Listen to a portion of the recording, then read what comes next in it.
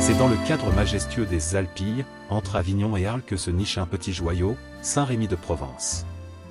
Ville d'histoire, elle est bâtie sur l'un des sites archéologiques les plus anciens d'Europe. Les vestiges du comptoir du Glanum datant du IIIe siècle avant Jésus-Christ sont un témoignage impressionnant de l'Empire romain. On y voit encore les longs monuments disposés le long d'une allée centrale qui caractérise les cités de la Rome impériale, les temples, la basilique, le forum, la curie, les thermes. Deux monuments importants sont visibles à proximité du site. L'Arc de Triomphe et le mausolée des Antiques, qui pendant longtemps avaient été les seuls vestiges visibles de l'Antiquité à Saint-Rémy. Le monastère de Saint-Paul de Mosole, perle de l'art roman provençal, est également célèbre pour avoir accueilli et inspiré Van Gogh. L'escalier roman qui jouxte la salle d'exposition donne accès à la reconstitution de la chambre du peintre. C'est ici qu'il a eu la période la plus productive de sa vie, avec 150 des plus célèbres de ses toiles et une centaine de dessins. C'est ici une tradition que d'accueillir des artistes. Charles Gounod s'inspira de Saint-Rémy de Provence pour son opéra, Mireille. Frédéric Mistral, Alphonse Daudet en firent de même. De nos jours, elle est devenue un haut lieu de la culture régionale.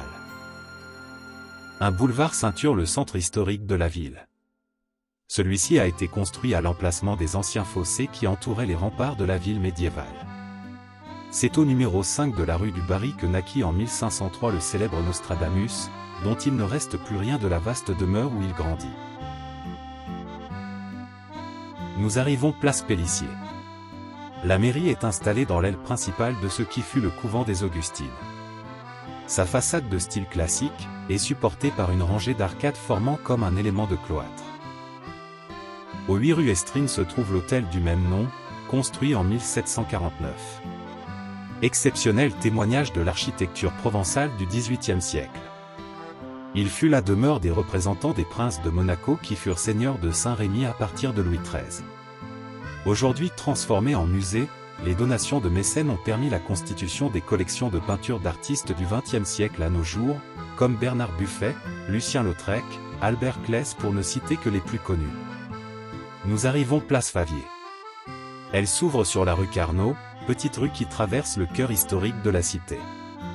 Autrefois elle était la place principale de Saint-Rémy. Donnant sur la place, le musée des Alpilles est installé dans l'hôtel Mistral de Mondragon, ancien hôtel particulier d'époque Renaissance. L'église Saint-Martin, reconstruite en 1821 sur les restes d'une église médiévale, présente une façade monumentale néoclassique. À l'ombre des platanes centenaires, la place du village bruise de mille voix.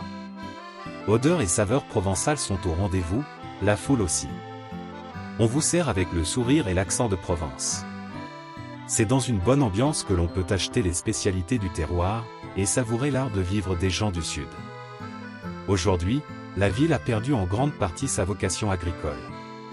Saint-Rémy de Provence est devenu un lieu de villégiature privilégié de nombreux touristes et personnalités qui apprécient plus que jamais son cadre enchanteur, et l'attachement aux traditions perpétuées par les Provençaux de souche.